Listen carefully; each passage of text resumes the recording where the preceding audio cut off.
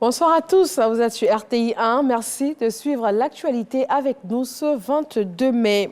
L'accord de Cotonou qui régissait le partenariat économique entre l'Union européenne et les États d'Afrique, de Caraïbes et du Pacifique a pris fin en février 2020 et prorogé jusqu'à juin 2023.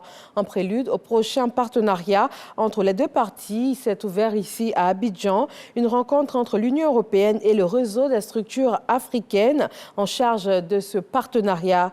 Il s'agit donc de s'accorder sur les nouveaux termes de l'accord afin de signer un partenariat gagnant-gagnant. Didier Nguessan. L'Organisation des États d'Afrique, des Caraïbes et du Pacifique et l'Union européenne travaillent à l'élaboration des nouveaux cadres de partenariat. Le réseau ouest-africain des structures nationales et régionales en charge de la coopération avec l'UE réfléchit sur les enjeux et les défis de ce cadre à venir. Il est question de pérenniser les acquis de l'accord de Cotonou qui a pris fin en février 2022 et d'améliorer la coordination et la gestion du nouveau cadre de partenariat. Nous sommes présents dans beaucoup de secteurs depuis très longtemps et dernièrement, nous allons appuyer évidemment le plan national de développement de la Côte d'Ivoire dans tout, disons, sa vision d'émergence du pays.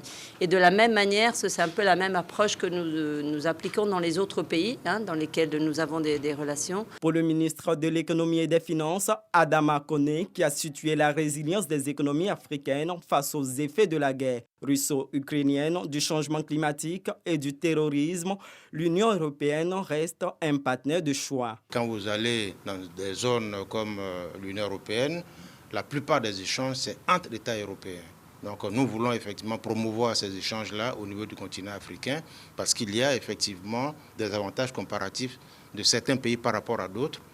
Donc en commerçant davantage au niveau du continent africain, on permet de promouvoir en fait la croissance et le développement du continent dans son entièreté. Avec le futur nouveau partenariat ACP-UE, le Fonds européen de développement a été remplacé par le nouvel instrument de voisinage, de coopération au développement et de coopération internationale.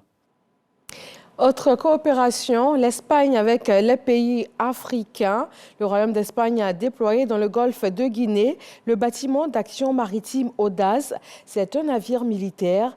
Après plusieurs pays africains, le navire a fait escale dans les eaux ivoiriennes. La présence de cette unité de la marine espagnole vise à lutter contre la piraterie, les trafics illicites et également contre le terrorisme en mer. Cette dynamique de coopération entre les deux pays a été l'occasion pour l'ONG Coopération internationale de faire des dons au diocèse de Yamoussoukro. Le ministre délégué auprès du ministre d'État, ministre des Affaires étrangères, Léon Kakou-Adom, a reçu son homologue de la Corée du Sud en charge de la coordination des politiques gouvernementales. L'émissaire sud-coréen a exprimé la volonté de son pays à renforcer la coopération économique avec la Côte d'Ivoire. Hors de nos frontières, le Burkina Faso, de nouveau endeuillé par une attaque terroriste. Une quinzaine de civils ont été tués dans l'est du pays, ce qui porte à 70 civils morts sur la semaine écoulée dans plusieurs attaques de différentes régions du Burkina Faso. Les victimes sont essentiellement des bergers qui auraient été exécutés par les assaillants avant d'emporter leur bétail.